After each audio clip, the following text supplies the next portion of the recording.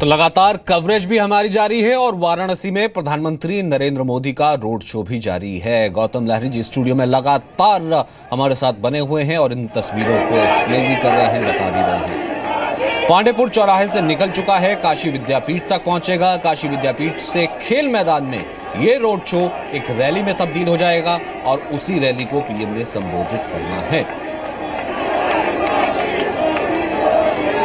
कुछ ही देर पांडेपुर चौराहे से काशी विद्यापीठ तक ये रोड शो आगे बढ़ता हुआ और धीरे धीरे दिन शाम में तब्दील होता हुआ और शाम इस वक्त अब हल्का हल्का अंधेरा भी होने लगेगा, बत्तियां जगने लगेंगी, क्योंकि देरी से शुरू हुआ था ये रोड शो। पहले 3 बजे होना था, 5:30 बजे रैली का वक्त रखा गया था, अब 4:30 बजे क्योंकि रोड शो शुरू हुआ है। बहुत ज़्यादा भीड़ है, लोग छतों पर भी खड़े हैं। आज बिल्कुल डिफरेंट रूट है, आज पुलिस लाइन से शुरू हुआ है, यानी कि काशी के दूसरे हिस्से को कवर करता हुआ ये रोड शो। अभिनंदन स्वीकार भी कर रहे हैं, रुक भी रहे हैं। महिलाओं का एक दल हमने देखा था कि एक झुंड था, बहुत बेसब्री से, बहुत देर से इंतज़ार कर रहा था। मुस्लिम महिलाओं का एक दल था जो कि इंतज़ार कर रहा था। और उसके अलावा काफ़ी तेज़ कल गौतम जी, कल जिस तरीके की हमने भीड़ देखी थी, कल जिस तरीके का हमने उत्साह देखा था, हालांकि आज भीड़ उससे ज़्यादा है, अप्रत्याशित है। और कहीं ना कहीं तमाम जो साइट्स हैं वो भी, और जो तमाम आंकलन करने वाले इन तस्वीर को, वो ये कह रहे हैं कि शायद दिस इज़ मोदी का यही एक रियल अंदाज है। जब वो उन्हें लगता है कि थोड़ा सा चीज़ बैकफुट पर आने वाली है, वो ऐसे फ्रंट फुट पर आकर के खेलते हैं कि आपको कोई स्कोप नहीं मिलता। ठीक बात, क्योंकि भाजपा में वाजपेयी जी के बाद ऐसे कोई बड़ा मास लीडर हुआ। आडवाणी जी लीडर थे लेकिन आइडियोलॉग, लेकिन मास लीडर जनता के साथ अपना संपर्क बनाना और जोड़ना, ये मोदी जी का अहमियत है, वो कर सकते हैं। ये मानना पड़ेगा, आप उसको आलोचना कर सकते हैं, प्रशंसा कर सकते हैं, जो भी है, लेकिन आज के दिन में सबसे चर्चित नेता वही है। तो इसलिए उनका जो भी काम है वो लोगों ने, उन्होंने पॉलिटिक्स में यही माना जाता है ना, एजेंडा कौन तय कर रहा है। एग्जैक्टली जिन्होंने एजेंडा तय करता है, बाकी लोग उनका डिफेंसिव हो जाता है, उसका आलोचना करता है। ये चुनाव में एक विचित्र स्थिति देखा गया उत्तर प्रदेश में। पहले ऐसे लग रहा था कि शायद मायावती जी एजेंडा सेट कर रहा है, तुरंत तो एजेंडा बदल गया। अखिलेश जब उसका पिता के साथ उसका पार्टी में उसको झगड़ा करके उभर के आए, पार्टी सिंबल भी मिल गया, तो अखिलेश एक नया एजेंडा सेट किया। यूपी इलेक्शन और मूविंग अराउंड की अखिलेश सेंट्रिक, लीड करने लगे। हाँ, कि आप अखिलेश के पक्ष में हो कि विपक्ष में हो। हाँ। उसके बाद धीरे धीरे जब 1-2 फेज में ही चल रहा था, तीसरी फेज में फिर आ गया कि मोदी का पक्ष में हो कि विपक्ष में हो। तो ये जो एजेंडा चेंज होते जा रहा है, ये एजेंडा अभी फिलहाल आज का दिन में मानना ही पड़ेगा कि जो भी है, जिन्होंने भी कहा है, आलोचना हो सकता है, चुनाव आयोग भी कुछ कहा है, कह सकते हैं। इनफैक्ट कहीं ना कहीं ये लग रहा है कि मोदी ने बहुत अच्छे से ये रीड भी कर ली। शायद वो पहले दो में नहीं था। विकास उस वक्त मुद्दा उठा के देखिए, बीजेपी कुछ भी कही है, मैंने विकास की बात की है, मैंने मेट्रो की बात की है, यानी कि सपा जो है, और पिता का मुद्दा भी पीछे हट गया, और पिता ने भी कह दिया मैं तो पुत्र के साथ हूँ, आ भी गए। लेकिन शायद बीजेपी ने ये रीड कर लिया, ये पढ़ लिया, और उसके बाद कहना कि एजेंडा सेट खुद पीएम करने लगे। ठीक, क्योंकि बीजेपी का जो अपना खुद का जो मुद्दा है, जिसको वो बोलते हैं कि जो एक सेक्शन ऑफ सोसाइटी जिसको वोट बैंक की तरह बाकी पार्टियों यूज़ करते हैं, बोलने का कारण ही ये है कि बाकी जो कम्युनिटी, क्योंकि यूपी एक स्टेट है जहाँ पे जात के समीकरण बहुत ही चलता है, जात का समीकरण तोड़ देता है, और जब भी इस तरह का सा कोई वोट बैंक पॉलिटिक्स का बात आ जाता है, उसमें सीधा पोलराइज होता है हिंदू वर्सेस मुस्लिम। तो ये यूपी का अभी भी उत्तर प्रदेश में ये एक सेंटीमेंट अंडर करेंट रहता है।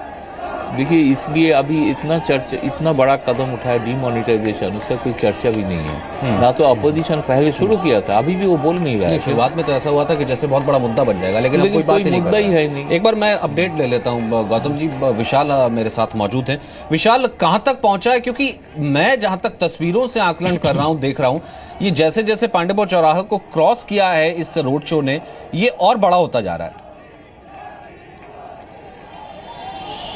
देखिए बिल्कुल प्रधानमंत्री नरेंद्र मोदी जैसे पांडेपुर चौराहा से आगे बढ़े, तेलियाबाग तक पहुंचे और उसके आगे बढ़ रहे हैं अभी फिलहाल नरेंद्र मोदी, और वो लगातार उनका काफिला बढ़ता जा रहा है। और फिलहाल आप ये मलदहिया चौराहे की तस्वीरें देख रहे हैं जहां पे सरदार पटेल की प्रतिमा है और बगल में ही बिल्कुल सटा हुआ हमारे पीछे काशी विद्यापीठ है जहाँ प्रधानमंत्री नरेंद्र मोदी को जनसभा को भी संबोधित करना है। तो फिलहाल यहाँ पर आप देख सकते हैं कि अब से यहाँ अभी प्रधानमंत्री को आने में लगभग 1 घंटा लगेगा, 1 से 1.5 घंटा भी लग सकता है। लेकिन जो उनके समर्थक हैं, जो उनके यहाँ पर चाहने वाले लोग हैं, वो यहाँ पहुँच चुके हैं और अपने बीजेपी के झंडों के साथ में और टोपी के साथ में यहाँ पहुँचे हुए हैं और नारेबाजी यहाँ पर फिलहाल चल रही है। तो ये आपको मलदहिया चौराहे की मैं तस्वीरें दिखा रहा हूँ। बाकी अपडेट जो अब से थोड़ी देर पहले मिला था कि तेलियाबाग जैसे प्रधानमंत्री नरेंद्र मोदी ने पार किया, उसके बाद से लगातार उनके साथ में काफिला और बढ़ता ही जा रहा है लोगों का। सचिन, और लगभग कितनी देर अभी और लगेगी या लग सकती है जिस हिसाब से आपको स्थिति दिख रही है काशी विद्यापीठ तक? सचिन देखिए, अगर जिस हिसाब से फिलहाल प्रधानमंत्री नरेंद्र मोदी का रोड शो चल रहा है उसका आकलन किया जाए तो 1 से 1.5 घंटे में काशी विद्यापीठ तक यानी मलदहिया चौराहा तक प्रधानमंत्री नरेंद्र मोदी पहुंच सकते हैं। लेकिन बीच में अगर कहीं और ज़्यादा देर रुकना पड़ गया, क्योंकि मैं कल का रोड शो कवर कर रहा था जब प्रधानमंत्री नरेंद्र मोदी का, तो कई जगह प्रधानमंत्री 2 मिनट को कवर कर रहा था, बीच में रुकते थे और वहां पर जो लोग खड़े होते थे वो चारों तरफ घूमकर हाथ जोड़कर उनका अभिवादन स्वीकार कर रहे थे। तो इस हिसाब से अगर प्रधानमंत्री रुकते हुए आगे बढ़ रहे हैं तो थोड़ा और टाइम लग सकता है। यह टाइम लगभग 2 घंटे का भी हो सकता है। सचिन जी, 2 घंटे के करीब का भी हो सकता है। तो कुल इस हिसाब से अगर देखा जाए कि 1.5 घंटे का पहले से डिले चल रहा था, लगभग 8 सवा 8 के करीब जो है ये रैली में तब्दील हो सकता है। 8 सवा 8 के करीब पीएम का संबोधन हो सकता है। विशाल, कुछ उस तरीके से देखा जाए?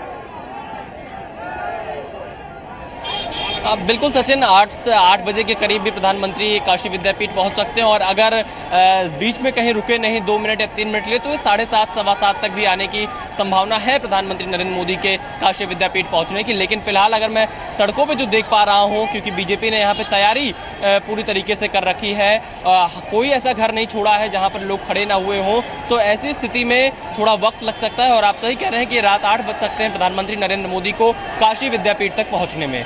सचिन जी, फिलहाल इस वक्त जो स्थिति लग रही है लगभग 1.5 से 2 घंटे लग सकते हैं। 4 तस्वीरें आपको दिखा देते हैं।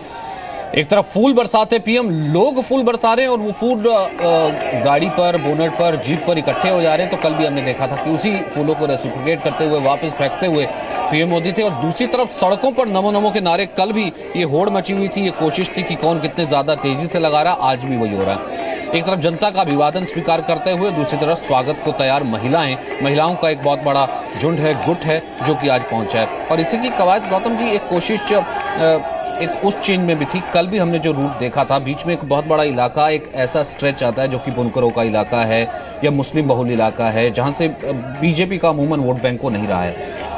कल वहां से पीएम मोदी का जुलूस गुजरना, पीएम मोदी का रुकना, वहां पर भी उसी तरीके से हाथ हिला करके वो स्वीकार करना, और आज भी कुछ वैसा ही मुस्लिम वर्ग थे, पहुंचे हुए थे, स्वागत भी कर रहे थे और उनको भी उसी तरीके से एक अपनापन देना, ये अपने आप में भी कुछ दर्शाता है।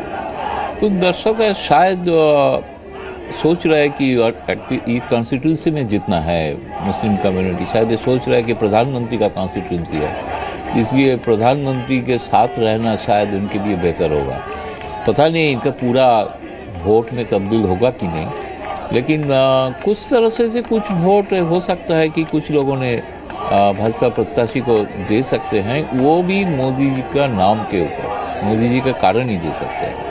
ऐसे बहुत सारे, हम गुजरात में भी देखा है, बहुत सारे मुस्लिम कम्युनिटी लोग मोदी जी का साथ दे रहा है, मोदी जी का समर्थन कर रहे हैं। इसका मतलब ये नहीं कि सारे मुस्लिम कम्युनिटी साथ दे रहा है, लेकिन कुछ लोग तो ज़रूर दे रहे हैं। उसमें एक भ्रम भी पैदा हो रहा है जिसमें अपोजिशन कैंप में थोड़ा हड़बड़ मचेंगे कि ये थोड़ा शायद हम लोग पिछड़ जाएंगे, पिछड़ रहे हैं। ये एक मैसेज देने का भी एक काम है, तो शायद उनके कोई ऑर्गेनाइज किया कि नहीं वो पता नहीं है। अच्छा, इस स्पॉन्टेनियसली आ सकते हैं। इसका एक जिक्र कर रहे थे, बहुत वक्त से तो आपने इस तरह की कोई तस्वीर देखी नहीं कि ऐसा कोई पीएम निकला हो या कोई सांसद भी ऐसा निकला हो कि इतना बड़ा रेला लेकर के, वो भीड़ तो हर बार जाहिर सी बात है, राजनेता कोई आएगा तो वो भीड़ तो लाई ही जाती है, वो भले अखिलेश आए, वो भले पीएम आए, उसके लिए आप नहीं कह सकते कि यहाँ की भीड़ प्रायोजित है और हमारी नहीं थी।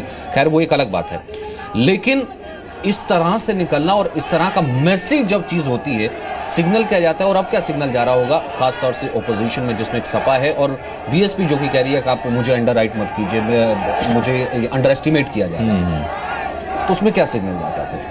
नहीं, देखिए सबसे बड़ी बात है इतना बड़ा रोड शो करना, प्रधानमंत्री जिन्होंने जेट प्लस सिक्योरिटी का अंदर है, एसपीजी कवर्ड है, ये जो छातों के ऊपर से लोग जो फेंक रहे हैं, फूल ही फेंक रहे हैं फिलहाल, तो इसलिए ये जो मसला, ये एक सिद्धांत, पॉलिटिकल सिद्धांत, ये शायद खुद मोदी जी ने ही लिया होगा।